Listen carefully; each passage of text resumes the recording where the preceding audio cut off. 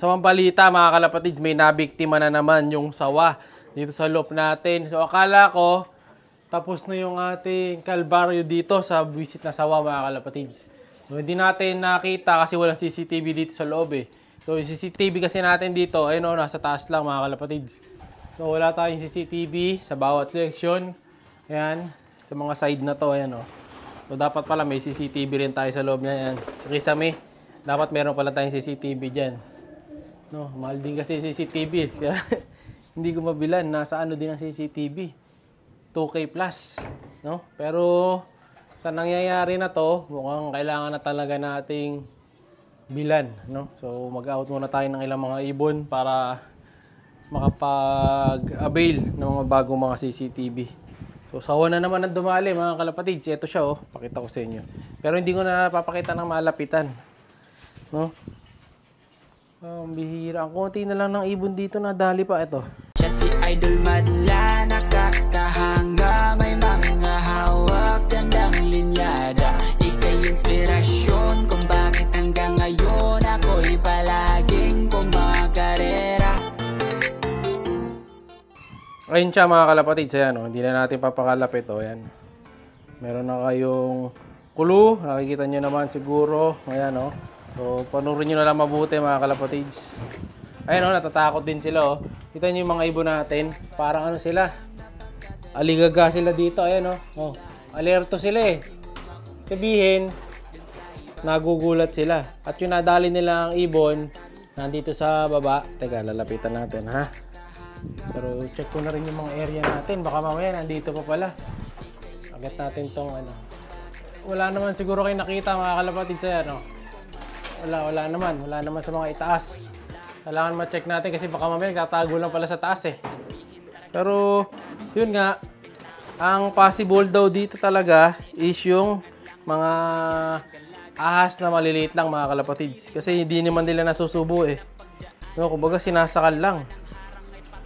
Kasi kung daga kasi to, hindi naman mababasa yung ano niya mga kalapatids eh. Yung pinakakatawan na yan katulad. Ito yung ibon mga kalapatids na nadali. So, ang palatandaan nga ay, ayan mga kalapatids, oh. Nakita nyo, oh. Ito, parang lumabas nagkaroon siya ng mga koto. Ayan mga kalapatids, oh. Mamasa-masa yung, ano niya, yung texture ng balahibo, ayan, oh. Alam niyo yun, yung parang nagkaroon ng laway. Ganun ang ano niya.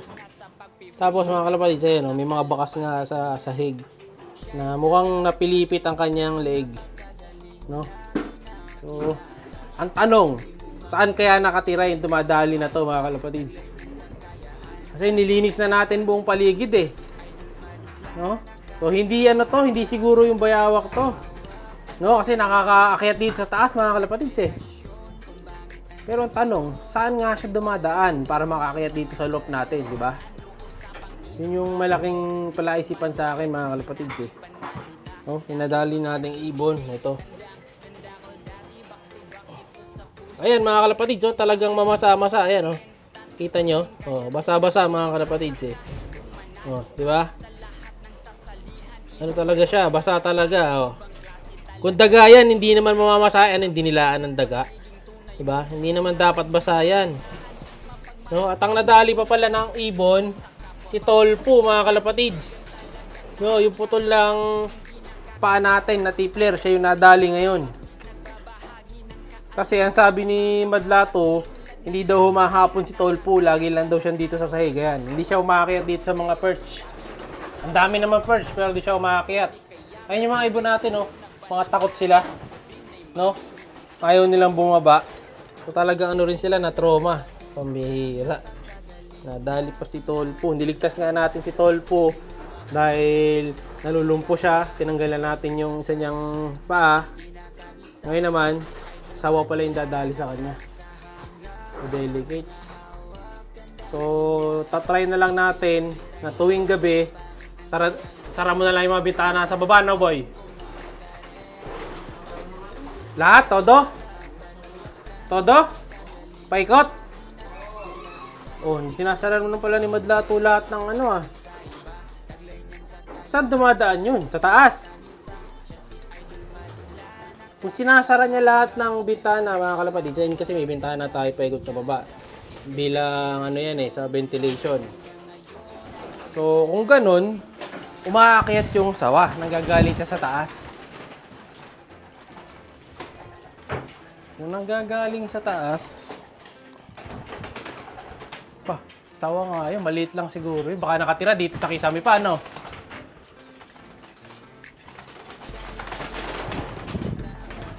Bihira.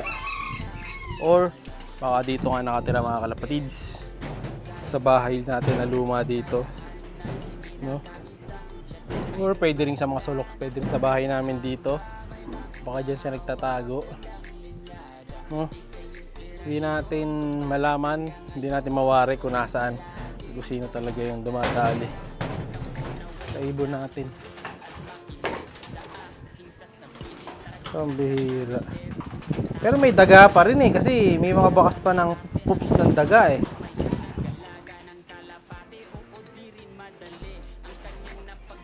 Pero ito, nagtumba ako ng mga poop tray dito mga kalapatids Sipat-sipatin ko, baka mamaya nandito pala.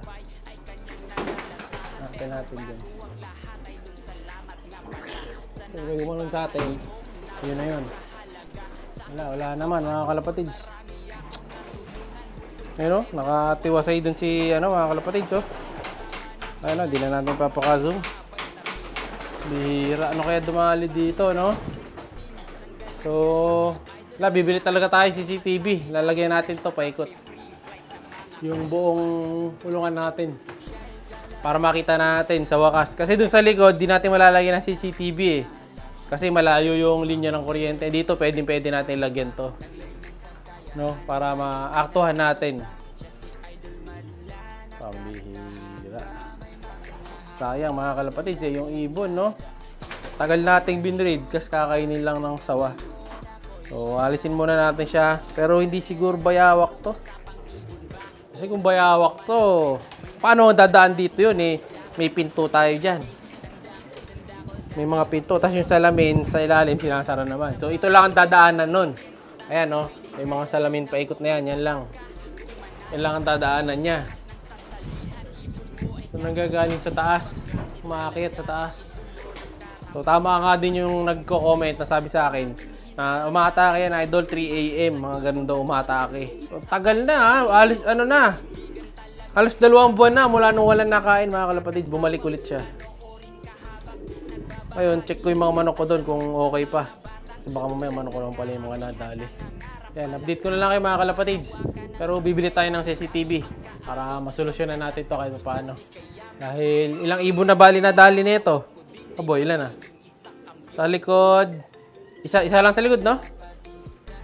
Sa likod, isa. Tapos, 3 na, no? Tapos manok. Alam ko 4 na Lahat pati yung mga manok Pal-5 na bali nakain ng sawa mga kalapatids. Na niluwa. Bihira. Malas. Siya'y kalapatistang napakagaling na kinakilala.